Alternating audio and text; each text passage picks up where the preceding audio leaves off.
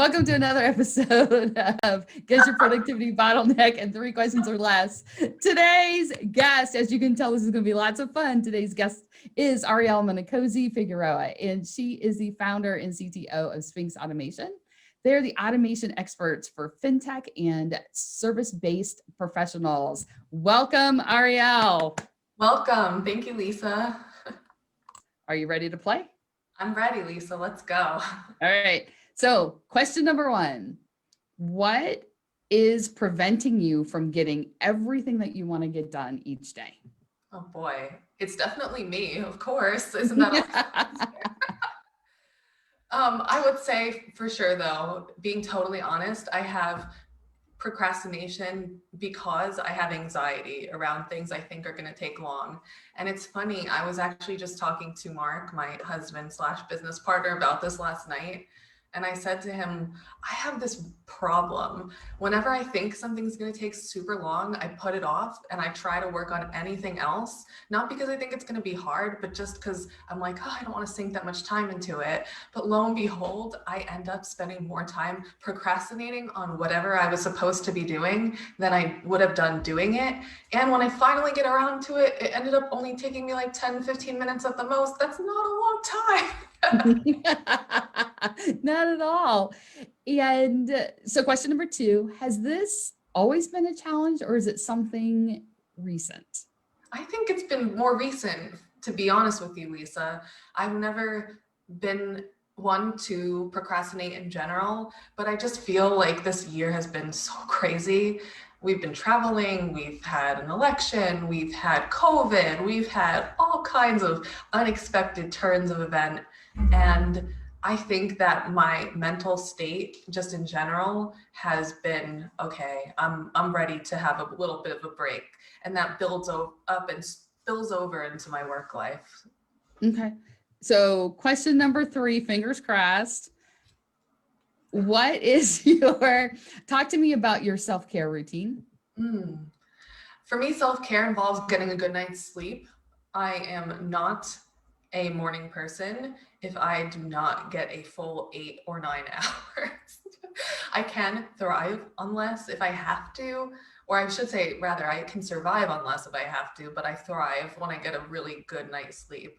So for me, self-care means unplugging all electronics, getting into bed at a reasonable time, waking up, having a nice cup of coffee, and starting my day off on the right foot. Okay. And I'm going to follow up to that question. What, if anything, do you do throughout the day to kind of relax and reset your brain? I try to walk during the day. It's a little colder now, but we're still in Arizona, so it's certainly not as bad as in many other places. So if I am feeling overwhelmed, one of the self-care strategies that I use is to get up, stand away from my computer, take a walk around the block, drink some water, maybe even eat some lunch if it's getting late and I haven't stopped to take a break and eat, and then come back with a clear mind. And usually that really helps get me back on track. Okay. Thank you for sharing that. So here's what I know about procrastination, and we're going to get to your bottleneck. The procrastination is usually caused by one of 2 things: a lack of space in your brain and or a lack of structure. And so what I'm hearing is the space in your brain piece, you have it handled because you're able to come down, relax throughout the day if you need to. You know what triggers your overwhelm. You get a good night's sleep. So it isn't that lack of space, like that lack of space in the brain. It's the lack of structure. And so what I mean by that, if we're looking at this from what you shared earlier about procrastination, is that project list. When you're doing a project, when you look at things that you start to procrastinate on, are you estimating steps, number of steps needed to do it, amount of time for each step, anything like that? Yes, absolutely. And I have a Trello board for every project detailing out all the steps that need to be completed. And I think for me, it's looking at that list and not just looking at the thing that's next on the list that I have to do, but thinking ahead to all the 800 other steps that follow it. Okay. And so that's the place where you're getting stuck, is the Definitely. 800 steps that follow it. Okay. So so right there, so you called it right at the beginning. Procrastination is your piece. And it was figuring out which of the two pieces was it.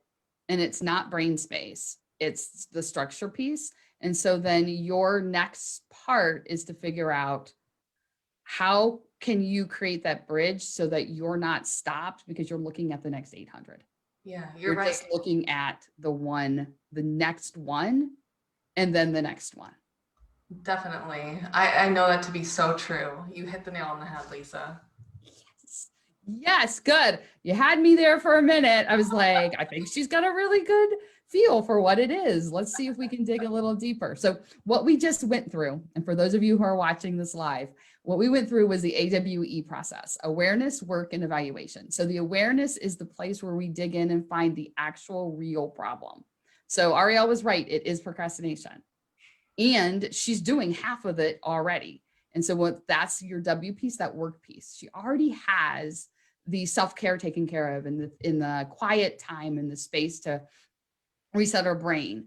And on the work end, she's already doing the important W stuff as far as breaking out the project. And still, it's not enough.